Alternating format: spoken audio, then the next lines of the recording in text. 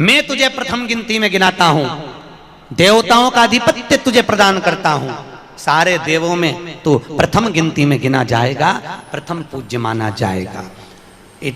बस शंकर भगवान ने वर दिया, थोड़ी देर बाद कार्तिकेय महाराज आ गए। कौन आए? जम के बोलो जरा, कार्तिकेय। और कार्तिकेय जी आए और आकर बोले, पिताजी दंडवत करा, प्रणाम करा, साष्टांग करा, मैं परिक्रमा कर कर आ गया। मैंने परिक्रमा करा। अब इधर तो देवता सब सारे देवता मिलकर अक्षत छोड़ रहे गणेश जी के ऊपर, स्वस्ति वाचन हो रहा, लोग प्रणाम कर रहे, नमन कर रहे, लोग आवाज लगा रहे, श्री गणेश जी महाराज की। अब सारी दुनिया में आवाज लग रही गणेश जी। तो कार्तिकेय ने पूछा, माँ ये गणेश जी का जय घोष क्यों हो रहा है? गणेश जी के जयकारे क्यों हो रहा है? गणेश जी के लिए इतना जय घोष? तो माता पार्वती ने भगवान शंकर के शब्दों को कार्तिकेय को सुनाया। कार्तिकेय रो पड़े, माँ मैं परिक्रमा कर कर आया, गणेश जी ने तो केवल आपकी परिक्रमा लगा ली, आपने उसको प्रथम गिनती में मान लिया। माँ उसने बुद्धि का परिचय दिया और मैंने कर्म का परिचय दिया। बुद्धि का परिचय, कर्म का परिचय, मैंने कर्म कर दिया। महाराज, व्यक्ति को उसके भाग्य का मिलता है कि कर्म का मिलता है? जल्दी बोलो। कर्म का। आपका क्या विचार है? ये लोग तो बहुत दूर बैठे हैं, इसलिए इनसे पूछ ही नहीं रही हूं। व्यक्ति को उसके भाग्य का मिलता है कि कर्म का मिलता है? पुरुषों से भी पूछने का मन है मेरा भाऊ, बोलो तो सही, कि उसके कर्म का मिलेगा कि भाग्य का मिलेगा? है दोनों का मिलेगा। मेरी माताएं जीजियां बिल्कुल सही कह रही है, दोनों का ही चाहिए। काय का? भाग्य का और कर्म का, ये दो हैं। बैंक में एक लॉकर होता है, उस लॉकर में लोग अपनी रकम रखते हैं। बोलो तो सही है गलत? रखते हैं कि नहीं रखते? अपनी चेन, अंगूठी, मोबाइल, पर्स सब लॉकर के अंदर रखते हैं। बैंक में लॉकर होता है, लॉकर में रखने के बाद में लॉकर की दो चाबी होती है। कितनी चाबी लॉकर की? दो। एक चाबी तुम्हारे पास, एक चाबी मैनेजर के पास।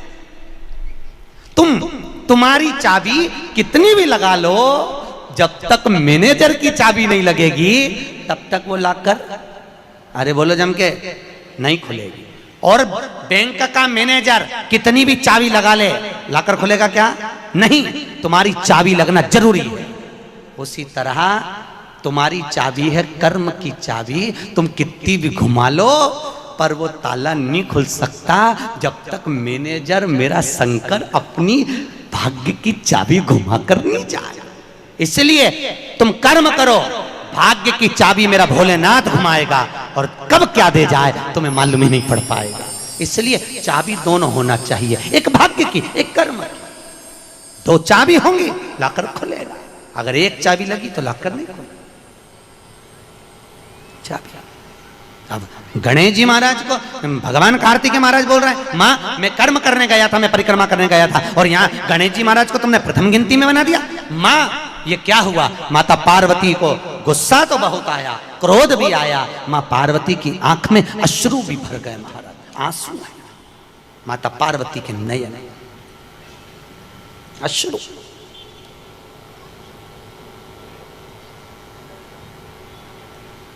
माँ खड़ी हो गई। माता पार्वती ने आज खड़े होकर भगवान भोलेनाथ जी से निवेदन करा, आपने अपनी जिंदगी की ये गलती कर दी। क्या गलती? शंकर भगवान पूछ रहे हैं, कौन सी गलती? तुमने गणेश जी को प्रथम गिनती में बना दिया। कार्तिकेय भी तो गया था, अगर कुछ थोड़ा सा आशीर्वाद रखना था तो कार्तिकेय के लिए रखना था, पर तुमने केवल गणेश को प्रथम गिनती में बनाया है, ये तुम्हारी गलती है। तो गणेश जी ने परिक्रमा भी तो करी है। माता पार्वती खड़े होकर शंकर भगवान से बोली, भोलेनाथ मैंने अपनी जिंदगी में आपसे कभी कुछ नहीं मांगा, पर आज तुम्हारी यह पार्वती तुमसे एक वर चाहती है। शंकर भगवान ने कहा, मांग, तुझे क्या चाहिए? पार्वती कहती है, आज के बाद तुम्हारी कभी पूर्ण परिक्रमा ना लगे, आज के बाद तुम्हारी कभी पूर्ण प्रदक्षिणा ना हो। पूर्ण नहीं होना। कौन ने मांगा? जम के बोलो, पार्वती। शंकर की पूर्ण प्रदक्षिणा माता पार्वती ने कह दिया, भोलेनाथ आज के बाद ना हो, क्योंकि तुम भोले हो, तुम्हारे आसपास कोई घूम लेता है, तुम उसको कुछ भी निकाल कर दे देते हो? होता है।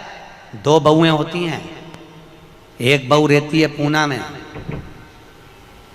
बोलो कहाँ, मुंबई या पूना, और दूसरी बहू तुम्हारे साथ रहती है।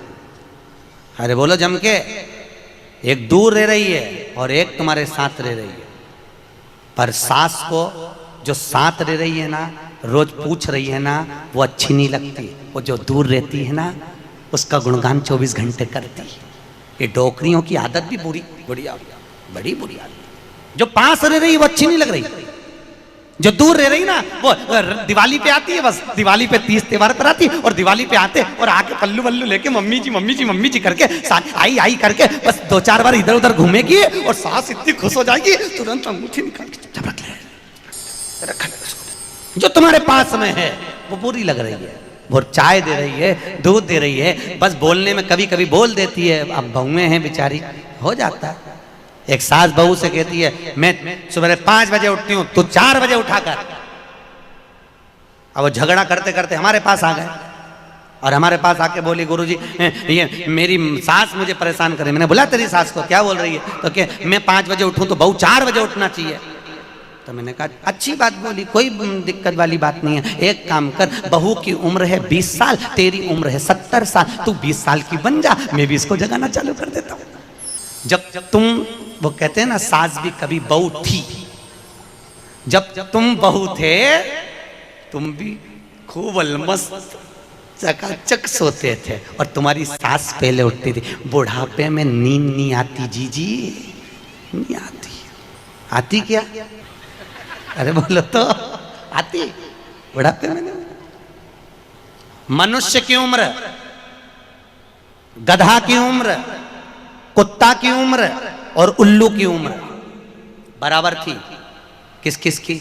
जम के बोलो। मनुष्य, गधा, कुत्ता, उल्लू। सबको पहचानती हो? ठीक है, सबकी उम्र बराबर है, 40-40 साल।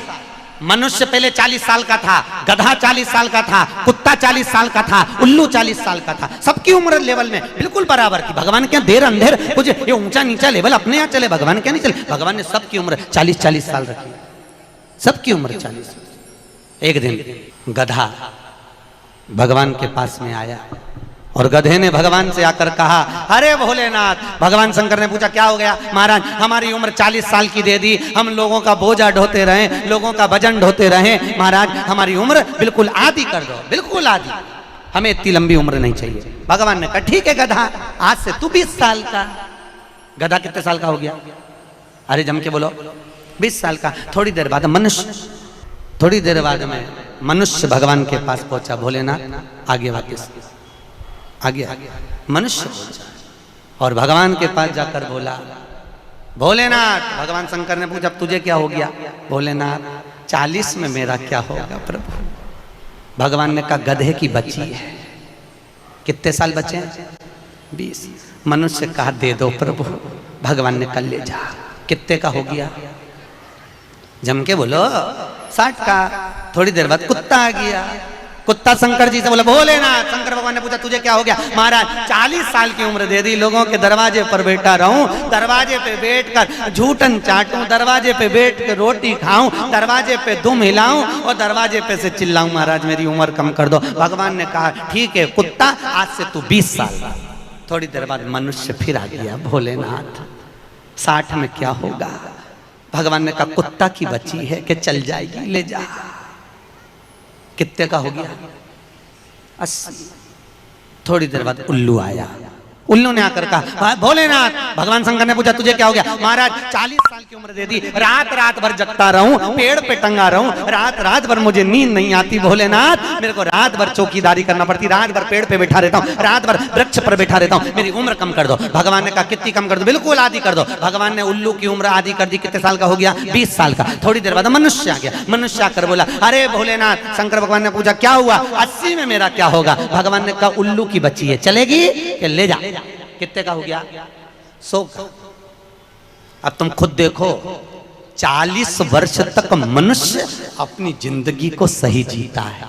कितने साल? जम के बोलो जरा।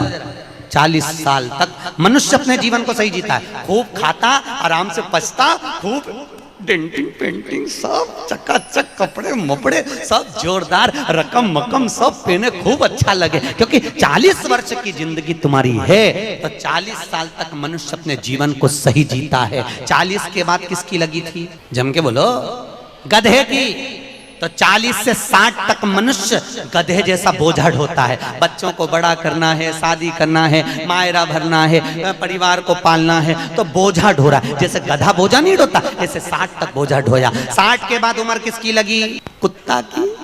जब 80 की उम्र में आता है तो कुत्ते को दरवाजे पे रखा जाता है। जब तुम्हारी 80 की उम्र होगी तो घर के लोग कुर्सी डाल के, खटिया पलंग दरवाजे के पास हॉल में बिठा देंगे, वहीं बैठे, और रोटी भी दरवाजे के पास, चाय भी दरवाजे के पास, क्योंकि कुत्ते को अंदर परमिशन नहीं है। और कोई भी मिलने आया तो वहीं से चिल्लाया, बहु, वहीं से आवाज लगा रहा, क्योंकि कुत्ते की उम्र लगी है, वहीं से। अब कुत्ते के बाद में 80 के बाद 80 से 100 उल्लू की। डॉक्टर साहब के यहाँ गई, डॉक्टर साहब मुझे रात में नींद नहीं आती, डॉक्टर साहब ने टेबलेट दे दी, नींद की गोली दे दी, डॉक्टर साहब ने इंजेक्शन लगा दिया। कितने भी अच्छे अच्छे डॉक्टर को दिखा लेना, पर 80 से 100 साल की जब उम्र होगी, डॉक्टर को क्या मालूम कि किसकी लग गई। शिव महापुराण कहती है 80 से 100 में कितनी भी दवाई खाओ, कितने भी इंजेक्शन लगवाओ, पर रात्रि को नींद नहीं आएगी। गोली खा भी लोगे तो रात के 1:30-2 बजे तक चकाचक सोएगी, 2 बजे के बाद उल्लू जैसी बैठी रहेगी। 2 बजे के बाद कितनी भी दवाई खाओ, कितने भी अच्छे डॉक्टर को दिखाओ, पर 80 से 100 में